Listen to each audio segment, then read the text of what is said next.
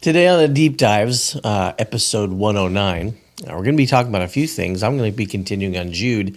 Destry is going to be talking about music and music adjacent things. He took a trip out of town and wants to talk about that as well. So that's going to be episode 109 on the Deep Dives.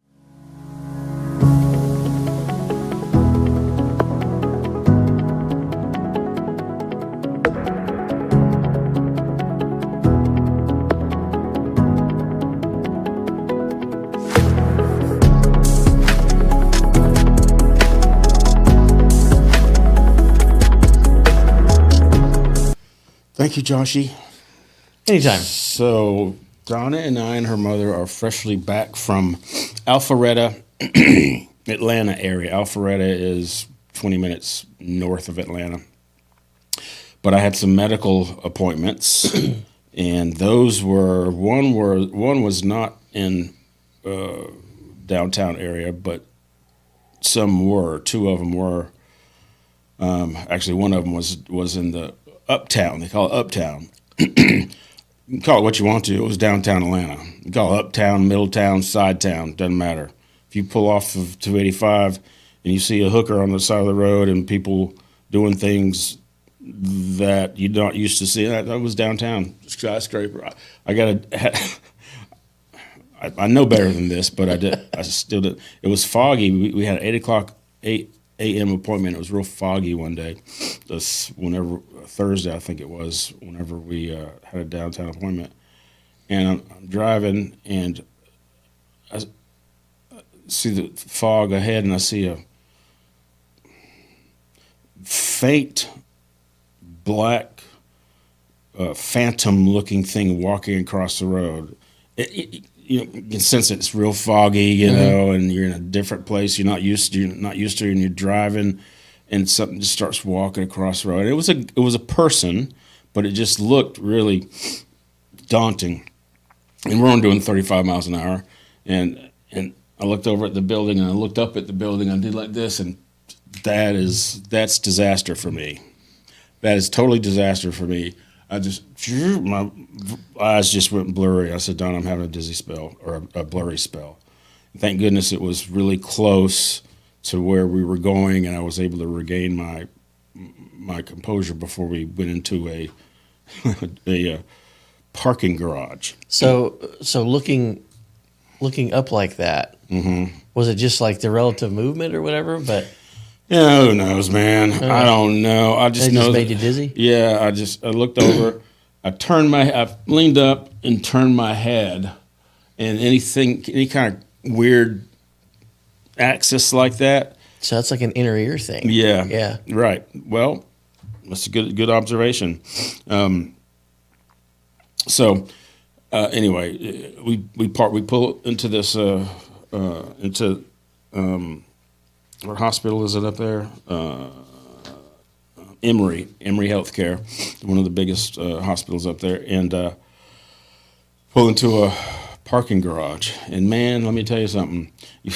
You pull into this garage, the first time you're pulling into the garage, it's so low that you can look up and you see all these scrapes. There's no place without a scrape. And if I opened my window, I could probably touch the top of the bottom of the next level. Very, very low. Right. Very low.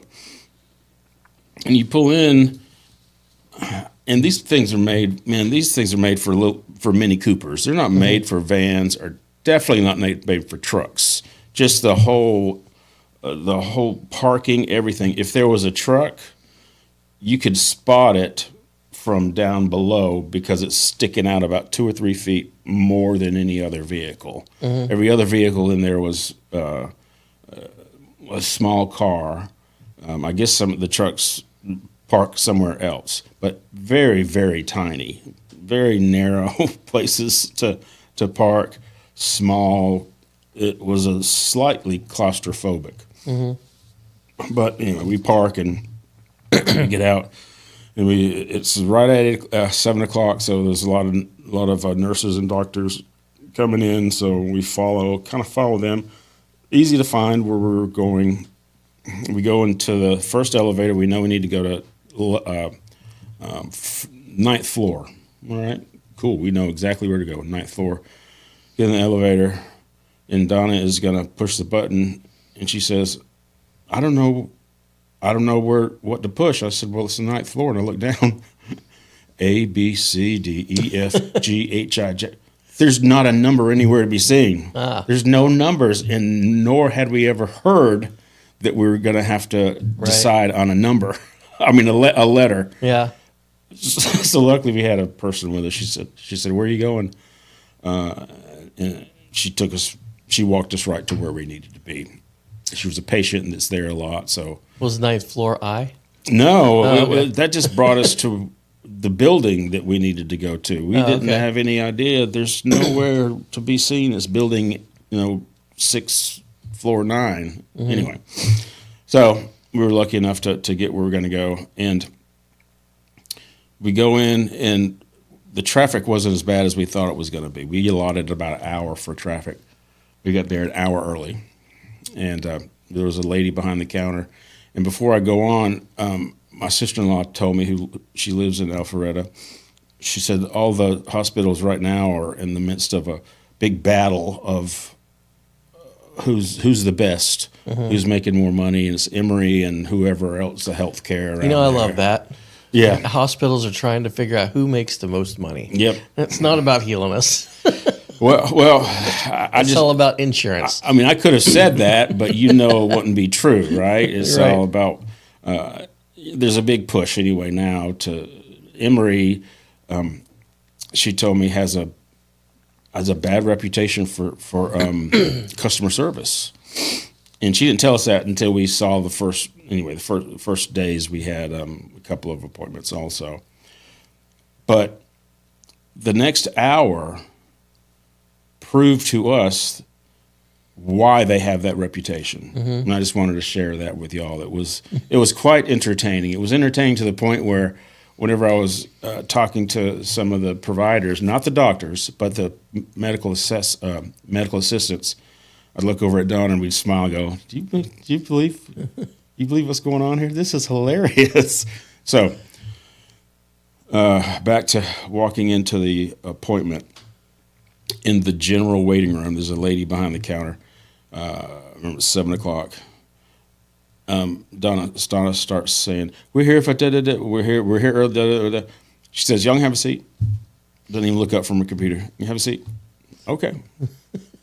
So we're being compliant. So we go and we have a seat, and she goes to the restroom or whatever, and I get some water. We're sitting there, and then about a half hour later, she calls us up and checks us in, no problems. Right around 8 o'clock, a medical assistant comes out from one of the doorways, says, Dexter LeBron.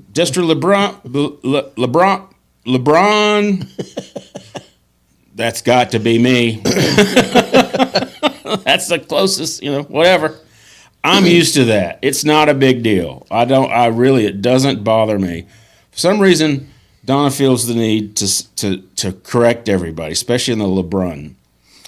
That's Destry LeBron. That's Destry LeBron. You know what I mean? It's really important to her. I could care less. Just so I'm the right person they want. So this is where it starts. We walk in the door. The lady, the medical assistant, is walking in front of us, and then Donna, and then me. We walk in the door. The medical assistant goes, 1. Okay. 1 what? 1 what? I Did know you that's yell important. out another number? 3. Yeah, I know. I thought we were just naming things. Door. So we keep following her, and Donna says, "Does Emory what is it called whenever you get your parking comped? Validate. Validate. Does Emory validate?" "No, ma'am, they do not, and you're going to have to turn back and go to number 1. Oh, so you going by and saying 1, that was your way of telling us that we were going to be meeting the doctor in number 1. We should have known that. See, I'd have played even more dumb. Go number 1? Go to number 1. All right. It's kind of weird in the hallway, but you're the boss. I wish I was exaggerating, but it was exactly... 1. Okay, thank you. Well, thank you, Miss Miss Boss. Thank you very much. Bust out with singular sensation. It got to the point where you just wanted to do something like that, Right. because you're experiencing something here that really you've never experienced at any medical health care facility at all. And I'm beginning to think It's health, not care. Yeah, I'm beginning to think this upfront collaboration, this upfront meeting. Whenever you go, this is where they're getting their reputation. You know what I mean? You've already got one person that was not pleasant at all. She wasn't rude. She just said, "Go have a seat." Okay, that's fine. Just so we have good doctors, I'm fine. Then we got another one who was getting worse than that. One, she goes down there. She actually took Donna and turned her around. She put her on. Ma'am, you're gonna have to go back. Number 1, turned her around. Like, what? Anyway, okay, so here we are. Now, keep in mind, this doctor is well known. He's a Meniere's specialist. So we'll go through whatever we need to go through to get to him. You know what I mean? And we did. But in the meantime, we were sitting there for about an hour because we were there early. So we had the luxury of hearing other medical assistants bring patients in, right? And what we heard was, "Good morning. How are you all? Were you able to find the place okay? Just as nice, you know what I mean? Just as nice." So we got a dud, evidently. We got The gatekeeper was the problem. The gatekeeper was the problem so far, and it goes to show you, man, that initial experience really weighs heavy on grading a hospital or wherever, doesn't Right. it? Oh, yeah. So they had a totally different experience than we did. We didn't hear 2 or 3. We heard, "How are y'all doing this morning?" It's Yeah. as polite as you could be. So, okay, that was funny. And she comes in. So she finally comes in. Our number 1 lady comes in, and Donna's sitting over here where she could see the screen. She could see the data that the lady was putting in, and I'm sitting facing the lady. So she was going to do my blood pressure and temperature and all that. So she puts my blood pressure wrap on, checks my temperature, checks my pulse. Great numbers, man. The riding and going to the gym really helped me. I got 54. It was 54 resting heart rate and 117 over 59, something like that. It was a really good numbers to hear. I'm not losing any weight, but I'm getting in better condition. Right. At this point, that's most important. So she's asking a question, "Why are y'all here?" Okay. I wanted to tell her. And then I think she asked me, "What's your birthday?" just to verify, and "Why are y'all here?" Okay. So I go into this. I've already practiced this in my head because I knew I was going to be asked these questions a lot. So I go into it. She's, no. Remember, she asked me birthday. Why am I here? Birthday, 9/15/64. Why am I here? Okay. I'm going, why am I here? 15, 30 seconds later, she looks up. "So why are you here?" So she wasn't even mentally processing No. that. She was just letting data pass immediately through. She was working on birthday, Yeah. right? Asked me birthday. Why are you here? Birthday. Okay, let me find 9. And why are you here? She didn't hear anything. Like you said, she didn't hear anything. Why am I here? Not only that, but Donna said after we left, we were going over this together, and she said, "She got your birthday wrong." So it's not that she's got this bedside manner, but she's perfect on her. She's bad at data entry too. So why do you hire a person like this? I'm seriously thinking this. Why do you hire a person like this? A lot of it nowadays is they get a body to fill a spot.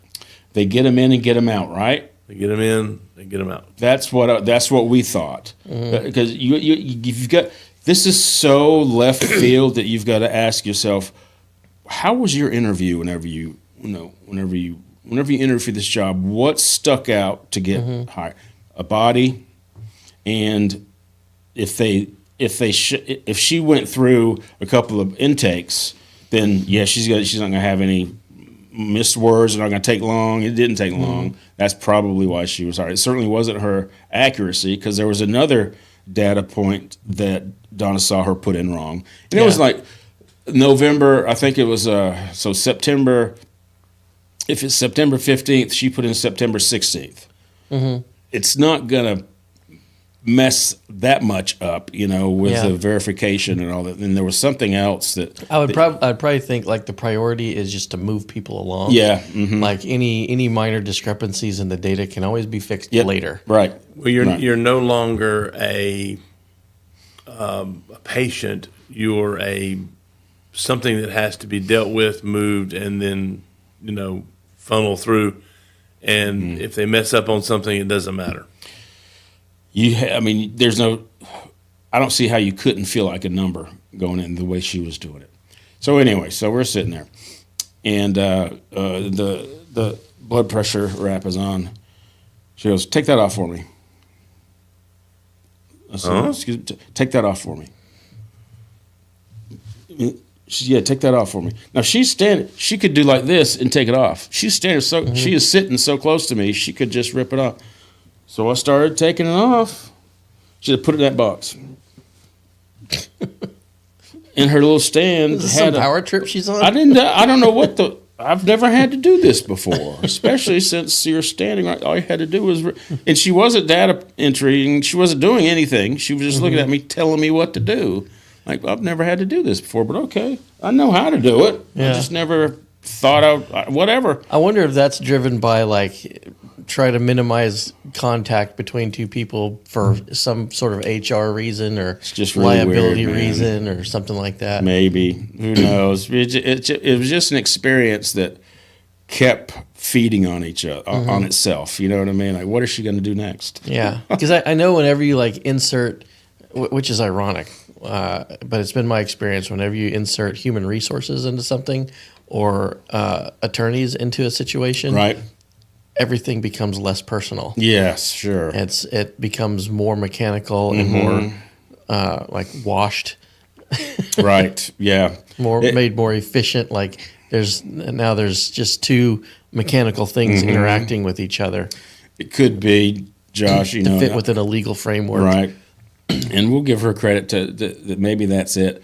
But her behavior. That's why I don't like those situations. Right. I don't operate well within those. Right. I think I could pass away. I could give a pass to everything except for walking by and going, one. That's I still go back to that and go, that set the tone. It's demeaning. Yeah. I'm so glad Donna was there because it would. I can tend to exaggerate. That's exactly what happened. Yeah.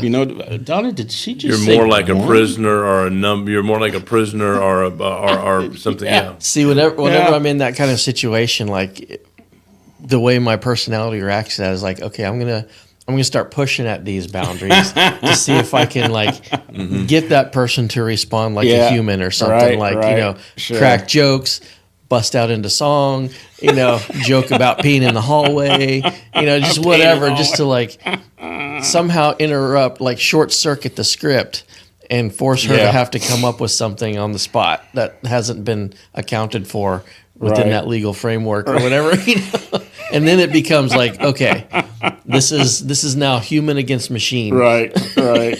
That's kind of why J. Dale now goes to the doctors with me a lot because we both have the same doctor. She wants to make sure my enter smart butt does not come out into public and start stuff because somebody will start something like that with me and I'm like, yeah, you have thrown down the gauntlet. Yeah. But that's always the way I was when I used to work for larger companies before I started my own engineering business. Whenever we were in meetings, whatever, there's a component of yes, get the business part done,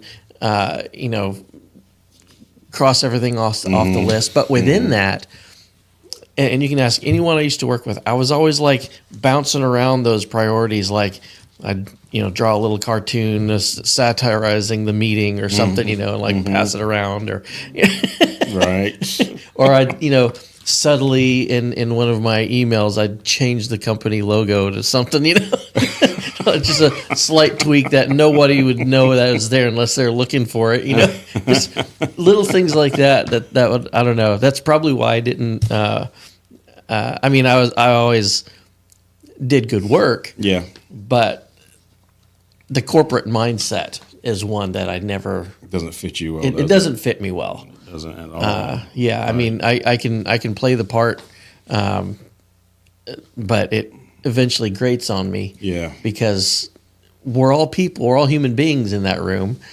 We all have lives and families and things that are important to us and everything. Mm-hmm. And like when you strip all that away, I think you degrade the overall process. It's like we're not meant to be machines. Right. We can be a little bit more personal and still get everything done and come out on the other end of it, friends. I talked to Donna about it, about her. My experience with people like this is that the positive is that this is who she is 24/7. Mm-hmm. The way she interacts with her kids, with her parents, with her bosses. She's just a curt person who just doesn't change anything. And then you think, the surface of things that's kind of good because you know what you get. Right. But I think we all need to, without going overboard, put on some different faces sometime. A work face, make somebody feel comfortable.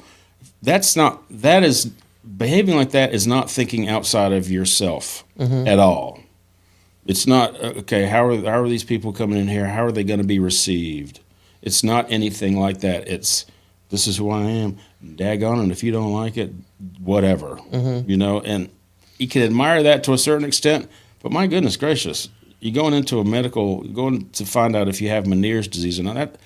This was a big deal for us, to find out because we're at a fork now. We're either going to go this way and get treated this way, or this way and get treated treatment this way. We're in her way. Yeah, it seems like, and it's something to take in. Focused or human focused. Yeah, it doesn't take much to be both. You know what I mean? Well, that's actually a really strong concept that you see in Scripture too, and the thing that comes to mind. As in Job, when God's telling them Ecclesiastes, when God's telling us like there's a time to laugh, there's a time to cry, there's a time to be serious, there's a time to go to war, there's a time to all these different things, and a lot of times that gets interpreted as like there are times when it's not appropriate to do X. But it's really both because like there are times when the appropriate the appropriate attitude to have is one of joy, and there are times when the appropriate attitude to have is war. That kind of stuff. And like people who are just entirely one dimensional, I think they lose out on a lot of things that way. Yeah, and especially the people around them. Right. Because we're not meant to just be, solely focused on ourselves or our task. We're meant to have relationships with people. Well, we got past her, Josh, and the doctor came in, and that's why we're there, right? This guy is a specialist in Meniere's disease, so he's going to say yes or no, whichever way. I don't care. I just would like to know which way it is. And he did some testing, and we did testing. We did a hearing test in which we found out I am not as deaf as I thought I was, or as deaf as the measurements were last time. Last time I was a lot worse. I don't have any idea why. But I have lost high frequency, not low frequency. That's one thing. After that was in the morning. That was a hearing test when we saw the PA, a girl who's been out of school for 4 years, very young, very cute little girl. I could almost see through her arm. She was so white. She was so translucent. I'm telling you, it was almost distracting. Cute little girl, really cute, but she has never seen a day in the sun ever. But she was very nice, very, very sweet, and said, I'm just not sure that you have Meniere's. I think you're having symptoms of, what is it called? Vestibular migraines. She said, I'm not, because there's a couple of things. You haven't lost the hearing in the lower level like most people do. And you have a history of having migraines. And your family has a history of migraines. So she said, I'd like to send you to da-da-da. And that's what she did. She sent us to this person, this doctor that I was telling you all about with the medical assistant. And later that day, this is what Emory did for us. They called while we're there in the morning with the hearing test and seeing the PA. PA had some people call Emory to see if I could get in with a Meniere's specialist also that will do tests and then send them to another doctor, and then that doctor makes a determination. And they stayed on the phone till we were gone. They still stayed on the phone on hold, waiting to get us an appointment. And they finally did. They got us an appointment for 4:30 that day. Unbelievable. It had to be a cancellation or something, right? Because you just don't see these doctors the same day. So on the plus side, the first place we saw was a place that Emory owned, and they helped us out tremendously. Yeah. And it was great, medical assistance, everything. Did a hearing test, and there was nothing that was said that was confusing in that whole experience with the hearing, the audiologist and the PA. Everything was very clear, very awesome experience. You know what I mean? So really, out of the 1, 2, 3, 4, 5 main people we saw, the 2 were the ones but those 2 are the ones that will give you a bad reputation. If you think about it, because we saw all these people within 2 days. Right. Most people would have to see them this month, maybe next week. You've forgotten about the good experience already. Whenever you go see these people that are giving you the bad experiences are the ones that tie themselves so strongly to an emotional response. Absolutely, those end up sticking the most. That's right. That's exactly right. And had we had to play it out within weeks and months and things, we would have totally forgotten about the good experience that we had.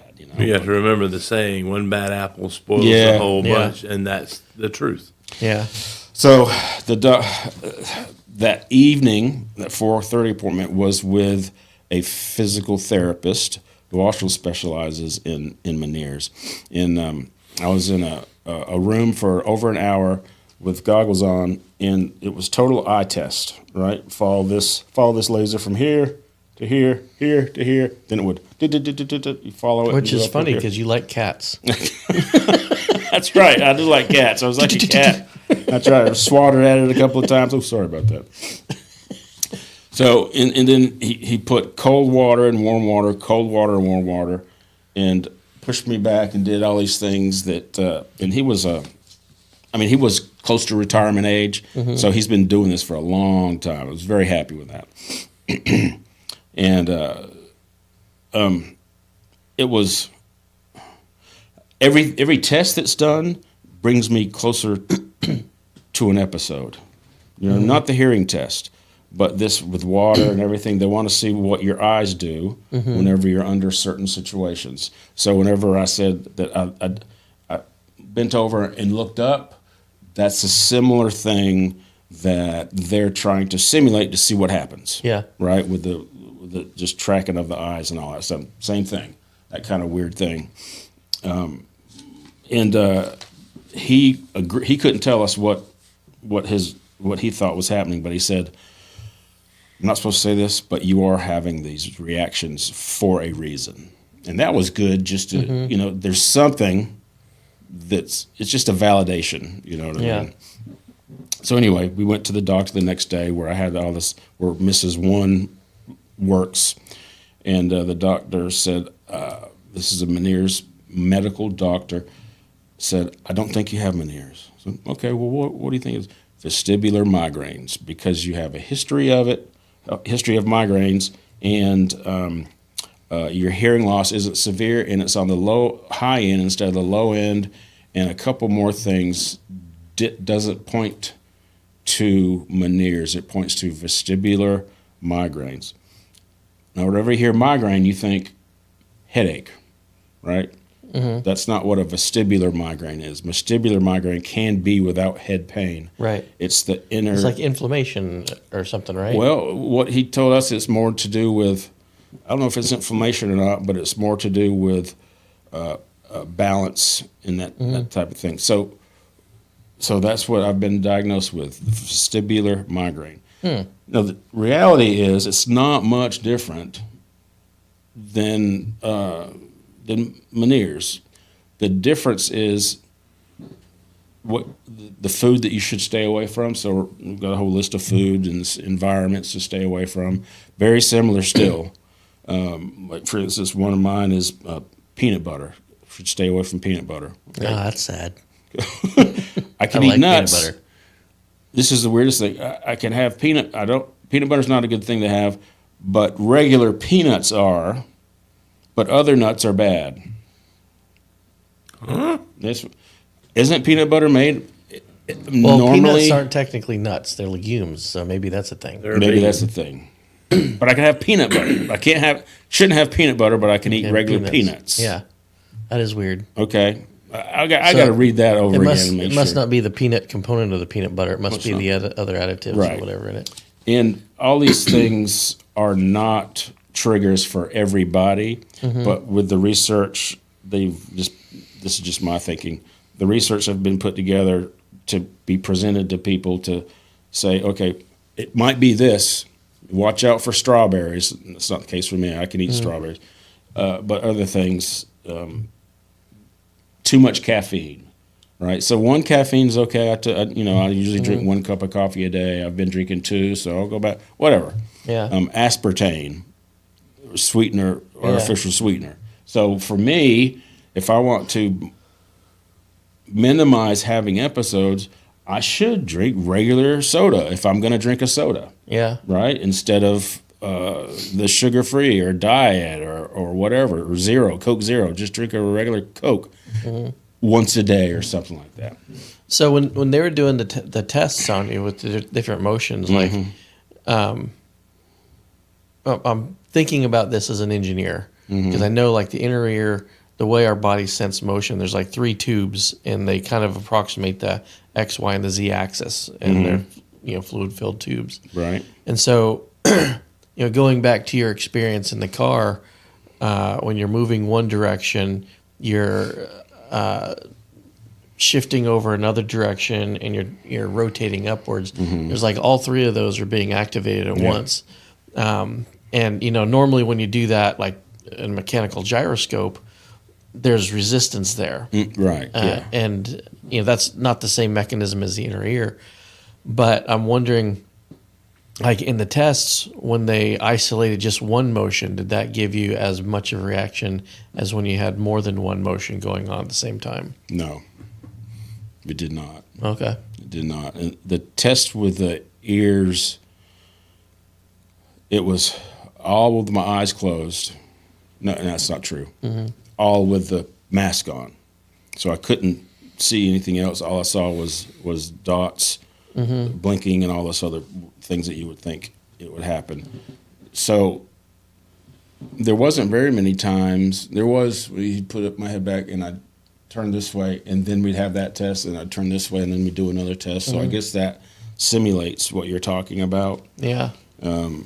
Everything, and he could tell from the way my eyes were reacting how close I was getting to having an episode. Right. And he'd stop before that would happen.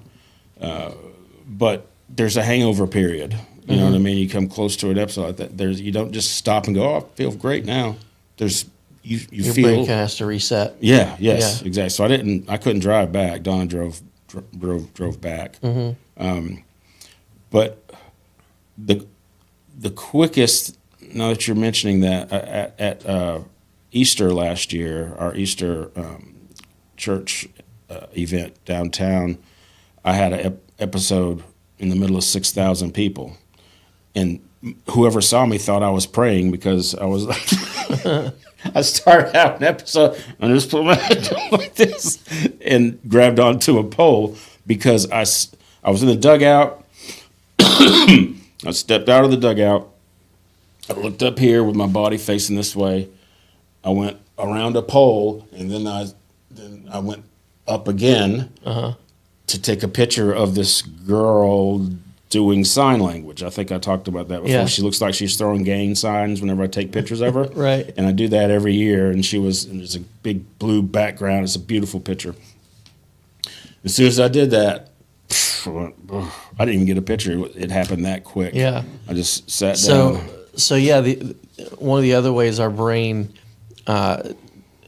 processes our position is, through what we can see, and so there's kind of like these two competing signals. One is the acceleration that our inner ear's sensing, and the other is the visible data that's being calculated. And so when those two come together, that seems to be what triggers it.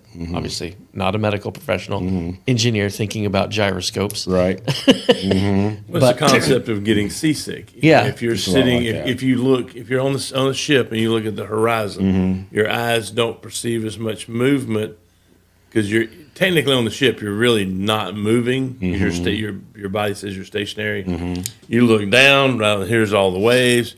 Your eyes say you're moving. Yeah, Your right. ear says no, you're not. Yeah. And that's a big factor.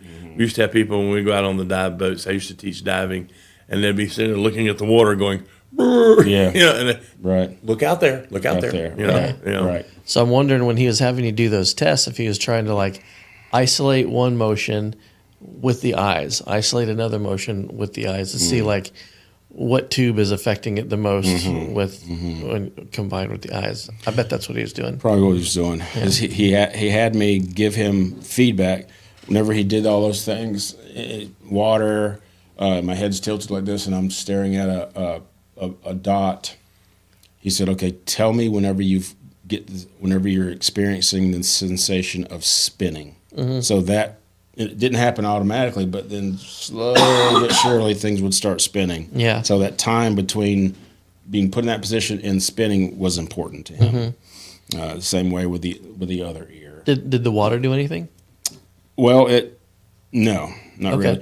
The water was it brought me close to an episode, but it didn't prove anything that I had Meniere's. It proved that I did. It was another check in the side that I did not have Meniere's. That it was Because I wonder if the cold versus the hot water changes the temperature of the fluid in your inner ear and induces a motion or sensation that way, expansions like or- expansion or something. Yeah, also too, you have your eustachian tubes in your ear. That was when you're again going back to diving. You have to blow like Right. that and clear. And if you're Jadelle just got back from the doctor Thursday, and she has one of her eustachian tubes blocked. Oh, okay. And so, because she's been having some kind of like weird spells, and it's just because of that eustachian tube being Okay. blocked. Because when she moves her head certain ways, she goes, ugh, Yeah, kind of right. thing.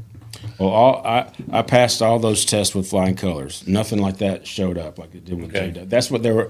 That's what they wanted to look for. Is something's clogged up? Is there a hole in my in my eardrum or whatever? All that was positive. Even though I was getting closer to a situation, whatever they were looking for, Right. they were. He was totally convinced that I did not have Meniere's after Okay. that. Yeah.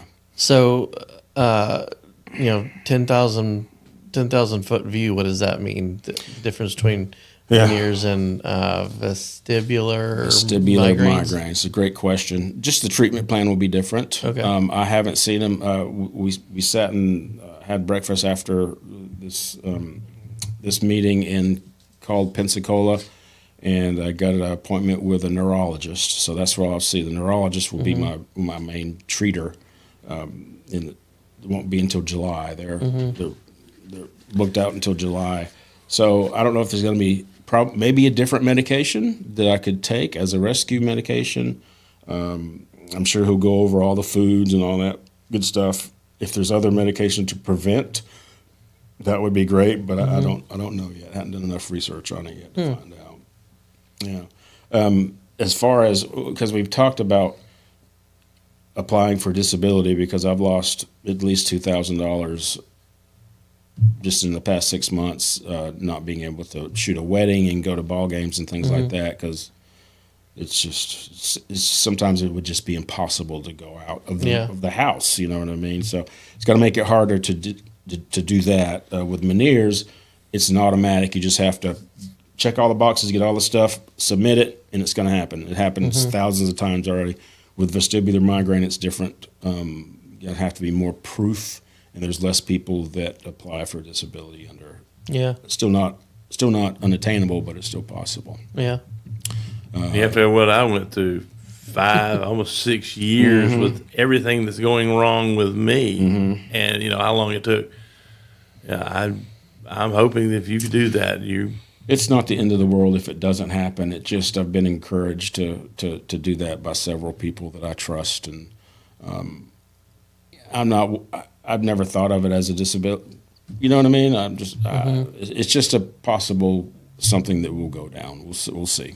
We'll see if it works, but that will be more difficult. I have so many questions, but I feel like I'll probably bore everyone who's listening. Well, we could talk about it off air or on air, whichever one you want to do. It's my engineer brain's going like crazy right now. It's bugging me because I understand a lot of the workings of the inner ear and different things, and it's like, Douglas Mattox was the medical doctor's name.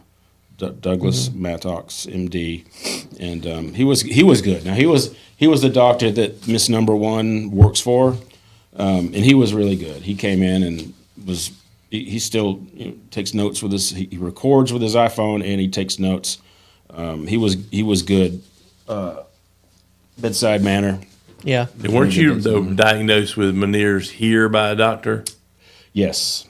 Okay. And that's why they sent me to Emory.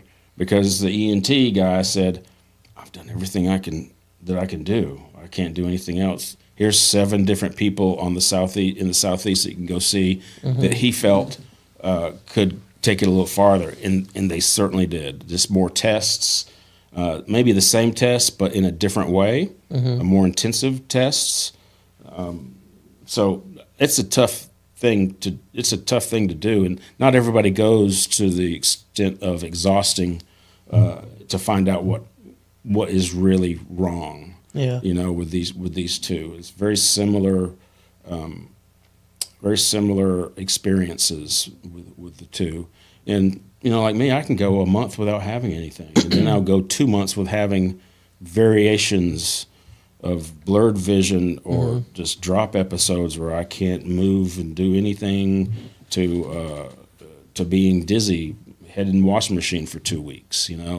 So it's a straight weather effects, weather, stress, pain, pressure changes, temperature changes. So it sounds like an inner ear thing. Yeah. So anyway.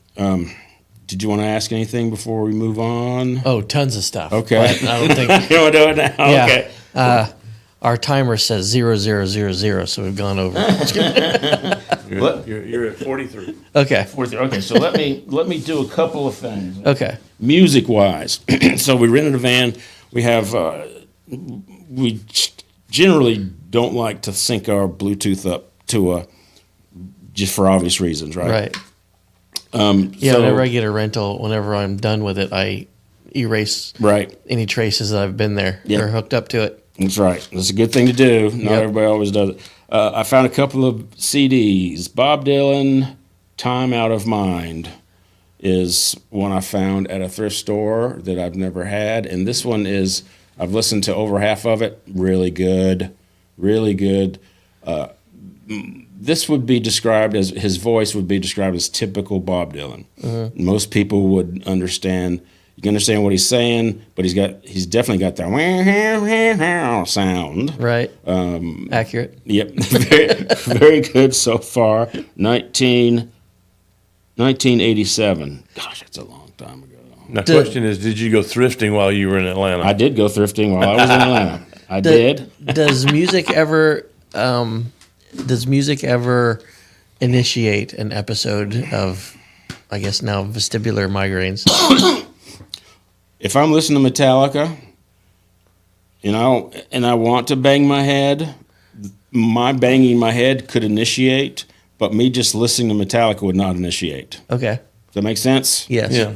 It's your head movement. Because it's the head movement. I wonder if something with really heavy bass, like prolonged bass, would do it. There's times if I have had an episode or if I'm feeling dizzy or stuff like that, I'll adjust that stuff out. After we're done here, can I put 2 speakers next to you and blast you with low frequency waves? We got headphones. As an experience. As an experiment. Experiment. And then we'll let him walk down the back steps. Yeah, that's right. That's right. Okay. I'm getting the feeling y'all don't care crap about me. You just want to do experiments on me, both of you. Let's see if we can get them to walk sideways. We'll see. You've engaged. He looks like a guinea pig. You've engaged a dangerous part of our brains, which is there's something we need to figure out. That's too funny. Okay. I've got a first aid kit with scalpels in the back of the truck. Okay, here's another one. Elton John, The One. I haven't listened to this yet. But, man, he's got a lot of CDs. Elton John has put out he's been going forever. Yes. This is 19, let's see, I can't even really, 92. This is 1992. So I'll listen to this one and give a report on it. So here's the thing that y'all would be interested in. Since you don't give a crap about me, I want to tell you how much I care for y'all. Okay? Oh, nice. We go by Buc-ee's every time.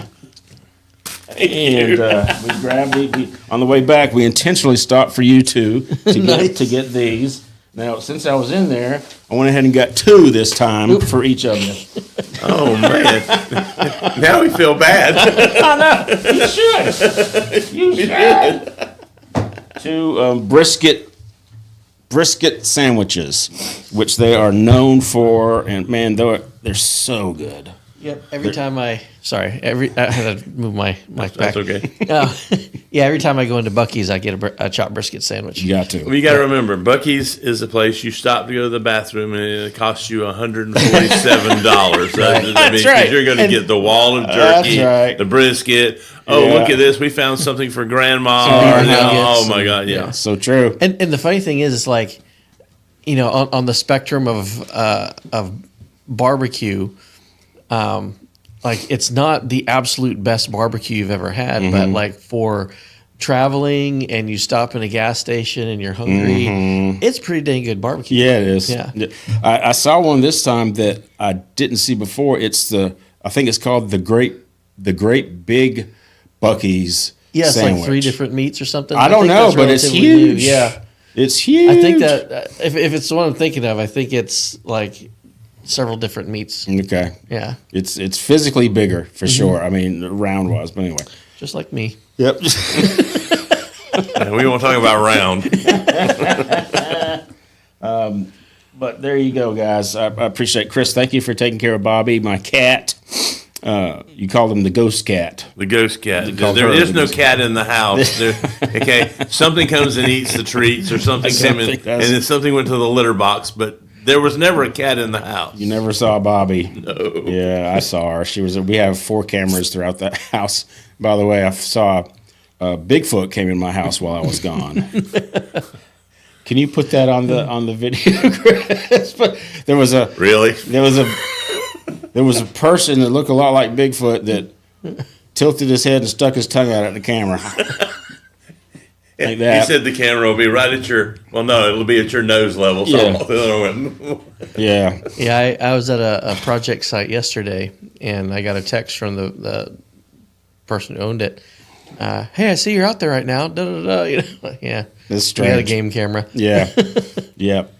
We keep an eye on Bobby. There's several places she goes, so it just gives me peace of mind to watch. Every time I hear like that ting ting ding ding ding ding ding tingling on my phone, that's set for if she's on the move. Yeah. It's my life, whatever. Hey, We enjoy it. But really, the thank you for the sandwiches go to Donna. So if y'all want to say thank you, Donna. Oh, thank you, Donna. Thank you, Donna. I simply went and physically got them. She gave me the money for me to get Whose idea was it? hers. Oh, okay. Well, all right.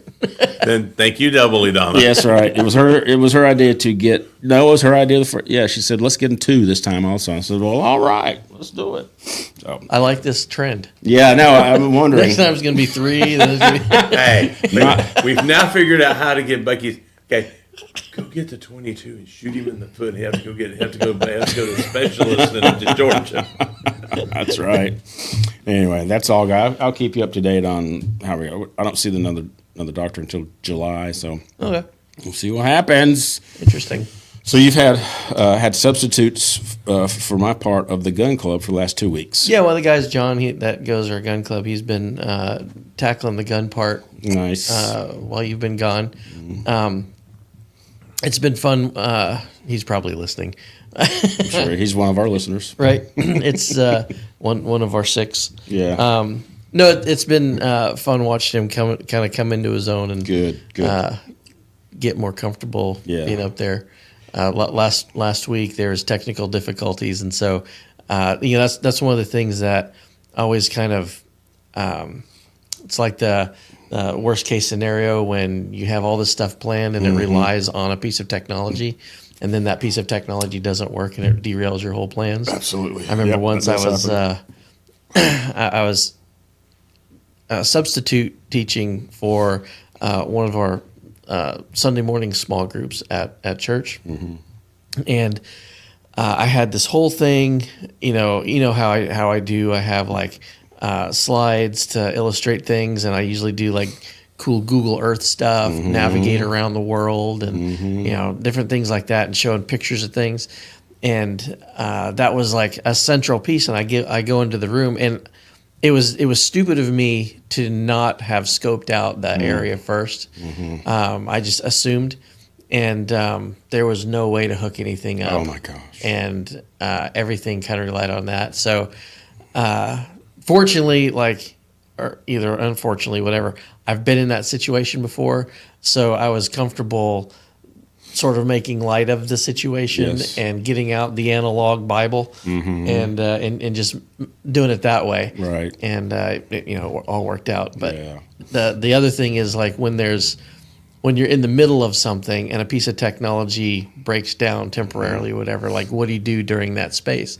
So I remember it was a video of Steve Jobs doing standing in front of a bunch of people giving a speech, and that happened. And so he started into this.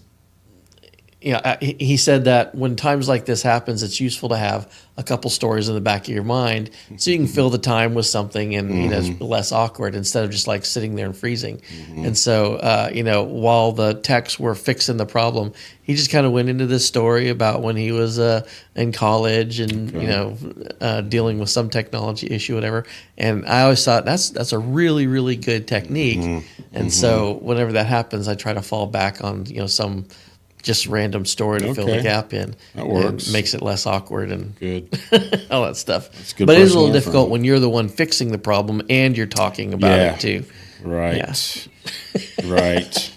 It is kind of it's kind of nice to know that leading technology person in the world has technology problems sometime. Right. Right. And sometimes the solution is to turn off and turn back on. Yeah. What in the world happens? Everything reboot. You know what I mean? Sometimes that's the first thing to do. I mean, sometimes doing that helps. Who knows? Yeah.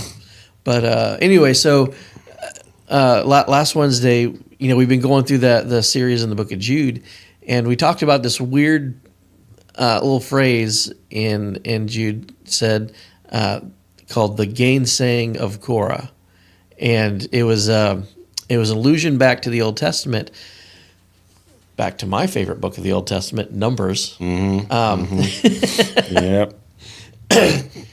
It's funny because as you're going through, the first 5 books of the Bible, you have Genesis, which is the creation of everything, the flood, Babel, the beginning of the nation of Israel through Abraham, Isaac, Jacob, all that stuff, and it ends sort of at Jacob's death, and Joseph is in Egypt and his family's there with him, and It kind of has like a neat little ending. But then in Exodus, we start to find out that the good stuff didn't last very long, and people are starting to cry out like they're enslaved and they want deliverance, and God comes through for them. We see the parting of the Red Sea. They're at the base of Mount Sinai getting the law. They're starting to build the tabernacle, all that stuff. And then immediately in Leviticus, it becomes like this swath of scripture that a lot of people just kind of groan at, because it's just all of the different laws and like processes for the tabernacle and all this stuff.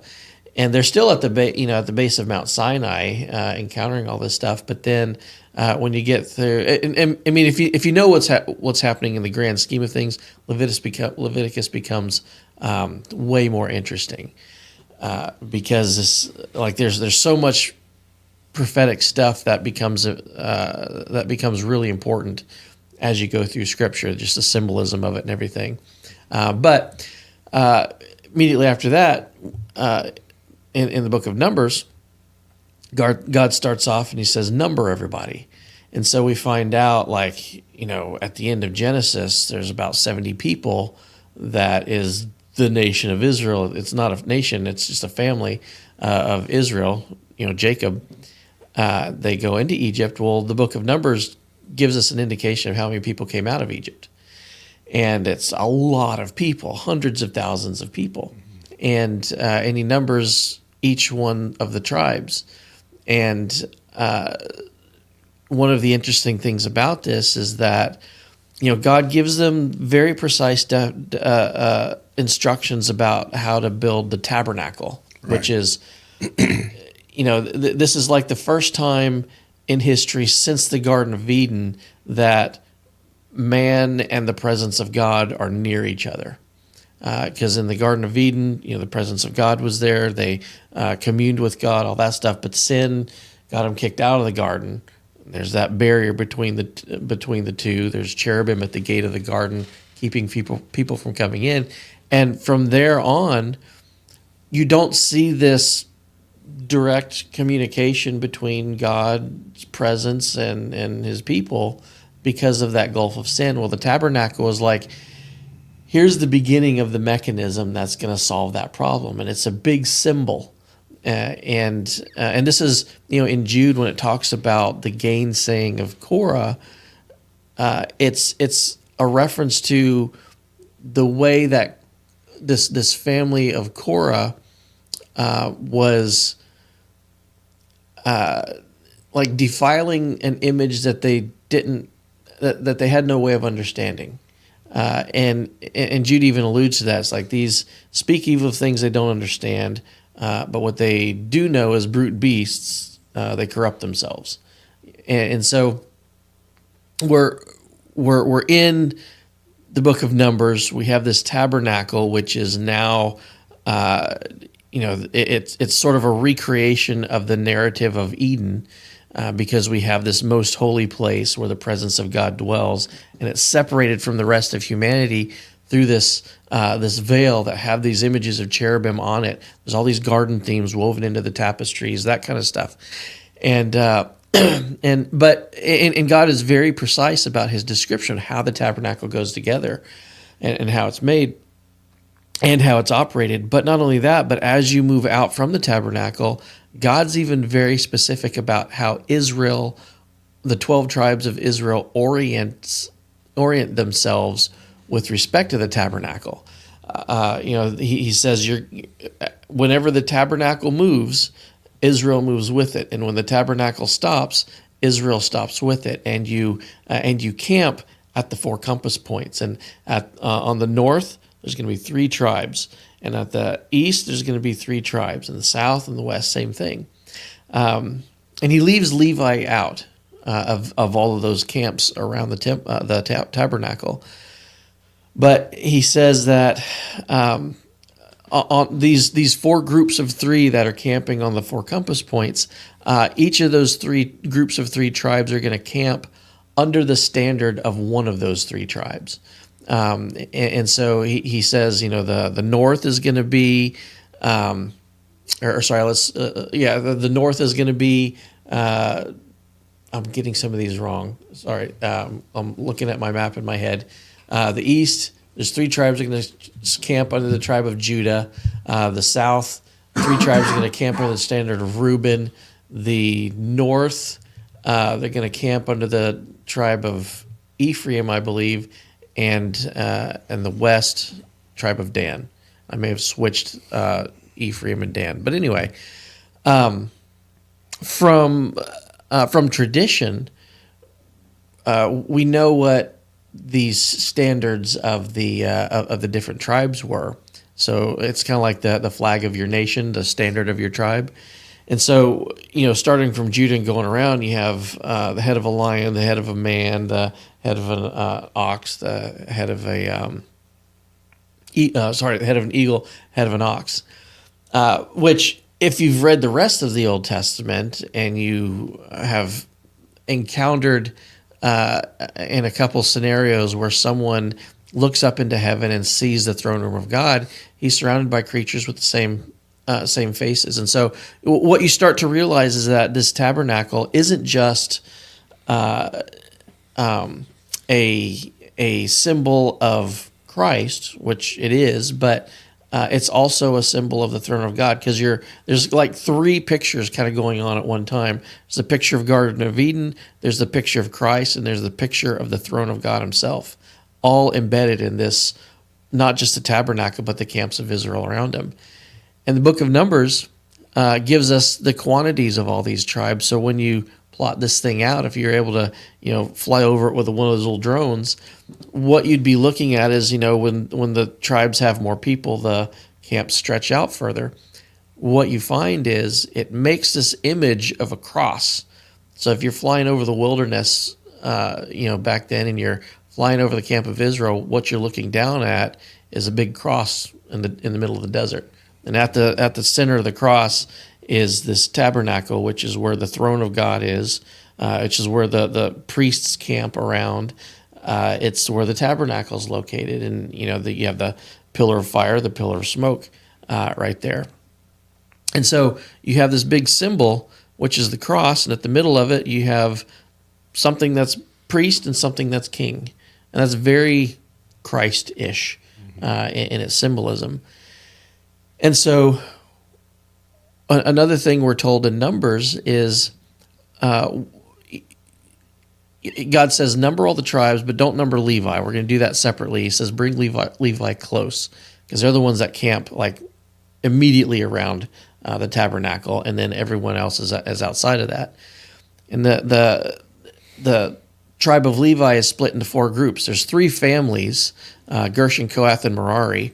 And they're given the assignments, like when the tabernacle moves, one family moves this component, one family moves this component, one family moves this component.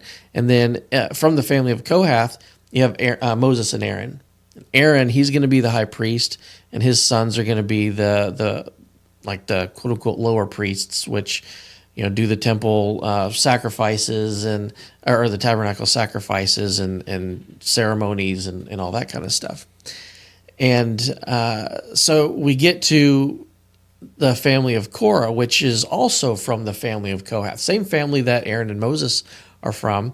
But Korah, right outside the tabernacle, perimeter, is the tribe of Reuben. And there's some guys in the tribe of Reuben that are talking to the guys from Korah, and they're like, why is Moses and Aaron, why does Aaron's family get to be the priests? Like, why can't we be priests too?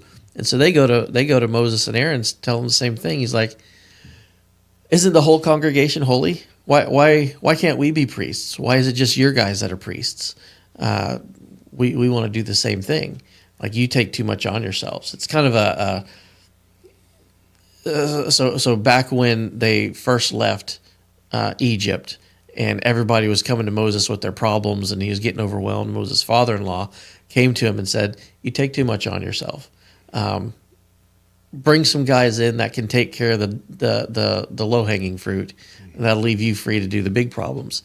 And so they were kind of using the same phraseology, like, Aaron, your family's taking too much on themselves.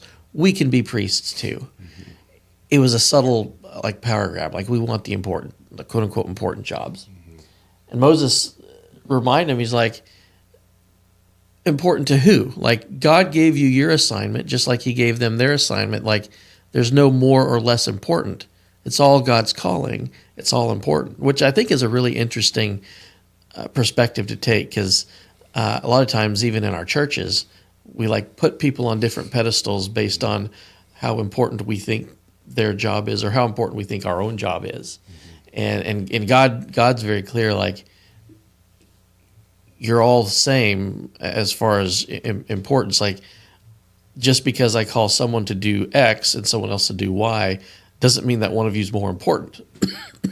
It's all God's calling. And that was the point that Moses made. And so he said, we'll do an experiment. You guys want to be priests? Come out and act like priests tomorrow. Do this thing that priests do, and then Aaron's sons, they'll do the same thing that priests do. And we'll see what happens. If God's cool with it, then I think the phrasing he uses, like, you'll die a natural death. Like, nothing will happen. You'll go on living, and you'll die like a normal person does eventually. We get old, we die, all that stuff. But if this is not something that God approves of, then he'll create something new. And boy, did he. And boy, did he. Right? It's pretty hard to argue with what he did. And so they say they do that. They come out and in front of. And it's funny because it says the entire congregation had sided. The entire congregation of Israel had sided with this rebellion against Moses, because the other criticism was, you brought us out here to lord yourself over us. Like, we were already in a land of milk and honey, and you brought us out here promising us a land of milk and honey, but now we're just stuck here in the wilderness to die. And and so the rest of Israel is sort of siding with them. And so Moses set up this experiment. They come out, they do the thing, and all of a sudden this instruction comes out, like, separate yourselves from them, because the earth is going to open up and swallow them. So immediately Israel turns on its heels, like, oh yeah, we're not with him anymore. And the earth opens up, swallows them whole, and everyone's like, all right, well, Moses, cool. Take it away, baby. Yeah, you're good. Aaron, your family, yeah, you'll be the priests. We're good with whatever we're supposed to do. That's so specific, man. Right? It's such a specific punishment. Yeah, just the earth response. opening up and swallowing them. But Jude, he's warning us about this corruption that's inside the church. And one of his descriptions is that these people that are corrupting is, changing the grace of God into lasciviousness and denying the only Lord God and our Savior Jesus Christ. He says that what they're essentially doing is they're speaking evil of something they don't even understand. But as brute beasts, what they know naturally, that's what ends up corrupting themselves. How they end up corrupting themselves. And then he uses Korah as an example, because what Korah was doing essentially, think about the layout of the tabernacle. Just like the Garden of Eden opened up towards the east, that's where the gate was. The tabernacle was always oriented where its door faced the east, and right outside the door was the priests, and right outside the gate was the tribe of Judah. And so to get to God's presence, you had to go through the tribe of Judah, through the priests, and that's how you get to eventually into God's presence, which is very Christ-ish, like I was saying earlier, because Christ, from the tribe of Judah, Christ, he was our king and our high priest. We're going to be celebrating Easter here pretty soon, and historically, Easter has been associated with the Passover. I mean, right before the crucifixion, Jesus was celebrating the Passover with his disciples, and so he presents himself, and Scripture presents Christ as the Passover lamb. And so we see that being acted out in the crucifixion as that sacrificial Passover lamb. But then later on, when he ascends into heaven, he ascends before the throne of God. It's literally our high priest going in front of the actual throne of God and atoning for our sins and being our intercessor. And so we have that Passover, we have that atonement, both of those things happening.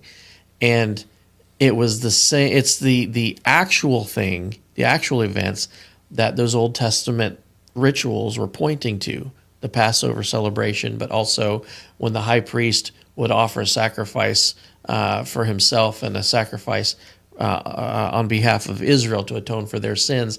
And then the high priest once a year would go in before the throne of God, before the mercy seat where the presence of God dwelled, and would be the intercessor between Israel and the perfect nature of God. That was a symbol of what Christ was going to do with his death, burial, resurrection, and then his ascension into heaven, into the actual throne room of God.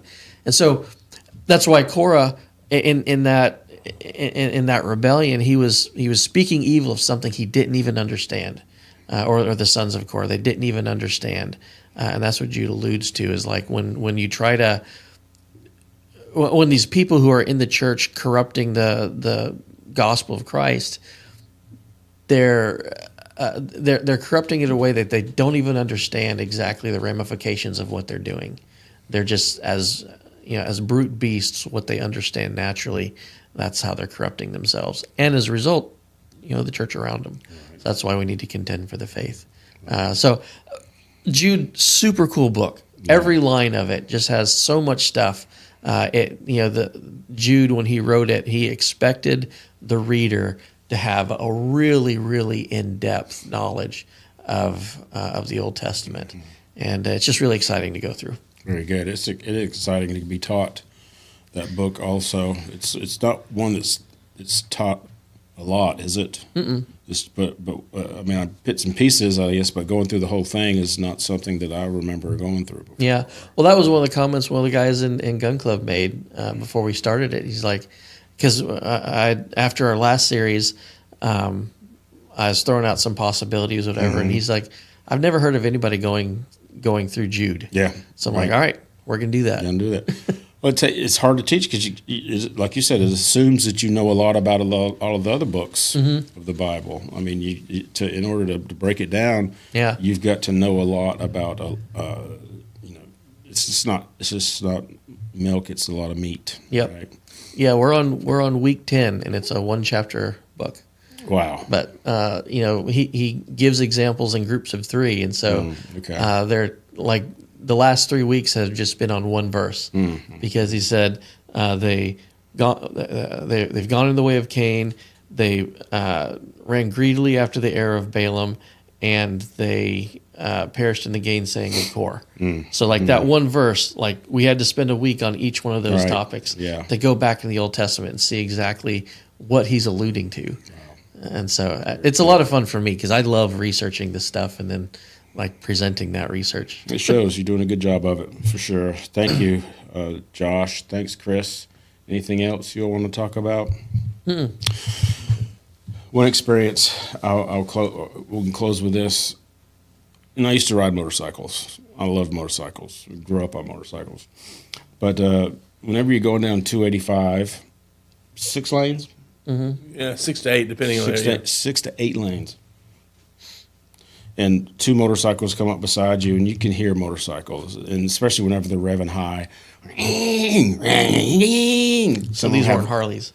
These were not Harleys. These were crotch rockets, as they say. And before you know it, one guy comes by. He's standing up on his pegs, and he's got the back end, got the front end up. He's doing a wheelie at about 75 miles an hour. I'm guessing we're doing 65. Yeah. He comes by us pretty quick, just standing on it, just going by. And we were positioned in a place where they were playing in and out of traffic. We could see a lot of the stuff they were doing. We just happened to be there whenever they were doing it. and Donna was in the HOV lane, so the fastest lane. You have to have more than one person in there. But she wanted to get over, and it was at night. And it wasn't. She wanted to get over because somebody was on her bumper trying to get by, but the motorcycles were playing over there, and she wasn't 100% confident where they were.